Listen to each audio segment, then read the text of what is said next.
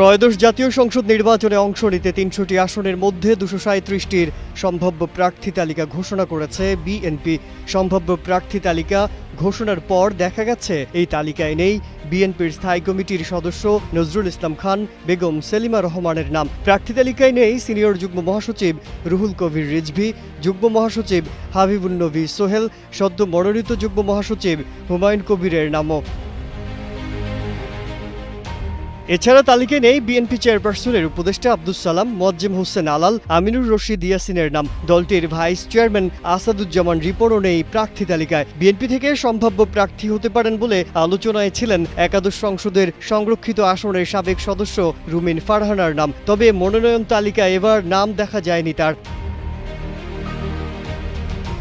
ঢাকা ১০ আসন থেকে বিগত সময়ে নির্বাচনে অংশ নিয়েছিলেন আন্তর্জাতিক বিষয়ক সম্পাদক নাসির উদ্দিন অসীম। এই আসনে একবার প্রার্থী হয়েছিলেন আরেক নেতা রবিউল ইসলাম রবি। তাদের দুজনের নামও নেই ঘোষিত তালিকায়। মাগুরার একটি আসন থেকে এবার দলীয় মনোনয়নের জন্য চেষ্টা চালাচ্ছিলেন আলোচিত নেতা ঢাকা মহানগর দক্ষিণ যুবদলের সদস্য সচিব রবিউল ইসলাম নয়ন। তবে তিনিও বাদ পড়েছেন এই তালিকা থেকে।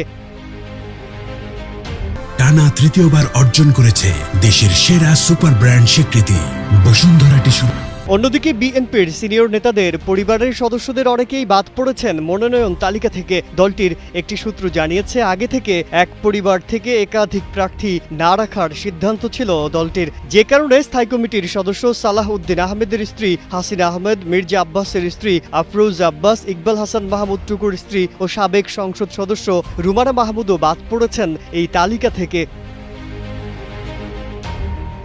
তবে যেসব আসন থেকে বিএনপির সিনিয়র নেতারা নির্বাচন করতেন, তাদের মৃত্যুজনিত কারণে কয়েকটি আসন থেকে তাদের সন্তান